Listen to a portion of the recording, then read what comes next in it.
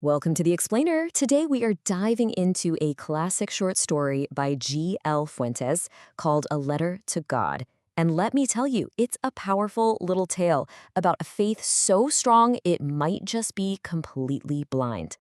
You know, we've all heard that saying, faith can move mountains. But this story gets right to the heart of a much trickier question. What or who should we actually be putting our faith in? It's a question about belief and trust, and it's something we're going to unpack together. All right, so let's jump right in and meet our main character, a hardworking farmer named Lencho. This guy lives in the only house in his entire valley. His whole world, basically, is the field of corn that stretches out right in front of him. I mean, this guy knew his fields inside and out. The story even calls him an ox of a man, which tells you everything about his work ethic. His entire life, his very being, is all tied up in the promise of a good harvest. And hey, this year, things are looking really good.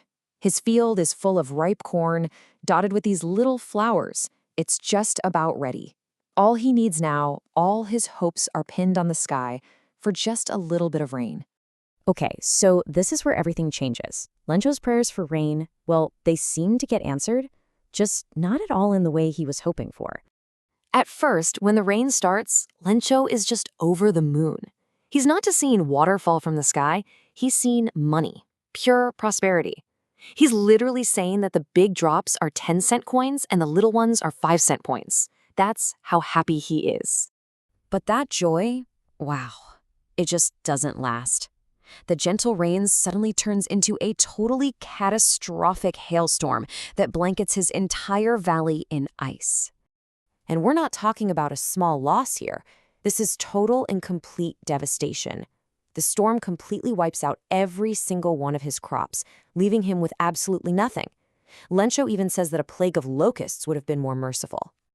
So what do you do when your entire livelihood is destroyed and you're facing starvation?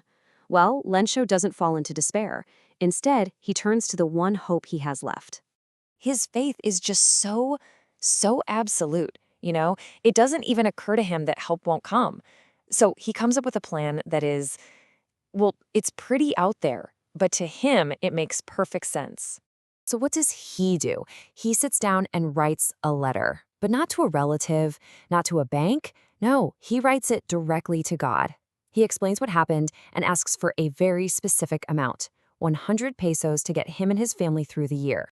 And he is 100% convinced this is going to work.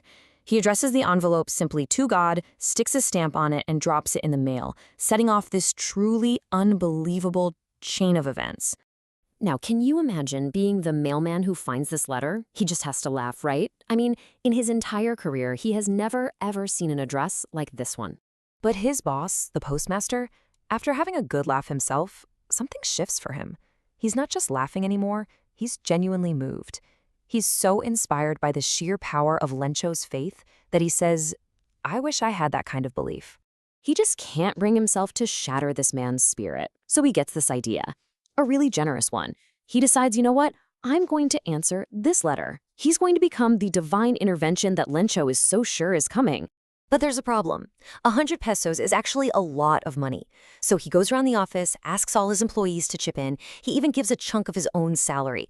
But even with all that, he can't get the full amount. He only manages to scrape together 70 pesos. And this is where the story delivers its biggest gut punch.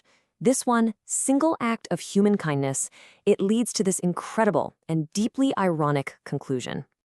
So when Lencho comes back to the post office and gets the envelope with the money inside, he is not even a little bit surprised. There's no shock, no, oh my gosh, nothing. To him, this was a foregone conclusion. Of course God came through. But then he counts the money, and that calm certainty, it just vanishes. It turns straight to anger. Why? Because God doesn't make mistakes. God wouldn't shortchange him. And this is the absolute core of the story's irony right here. His faith in God is so powerful, so unshakable, that it never, ever occurs to him to question God. Nope. He immediately questions the integrity of the people around him. So he storms right back to the counter, grabs some paper, and writes a second letter to God. In it, he asks for the other 30 pesos, but he adds a warning. He says, Whatever you do, don't send it through the mail because the post office employees are a bunch of crooks who stole the first delivery. So where does this leave us? This story is so simple on the surface, but it's wrestling with some huge ideas, isn't it? That conflict between what we believe and what's actually real. The painful irony of a good deed being totally misinterpreted. And that huge, huge difference between having faith in a higher power and having faith in the people right in front of us. And ultimately, the story doesn't really give us an easy answer. It just leaves us chewing on this big question. Lencho had absolute faith in God, but zero faith in his fellow man. It really makes you stop and think, doesn't it? Where and in whom do we choose to place our own trust?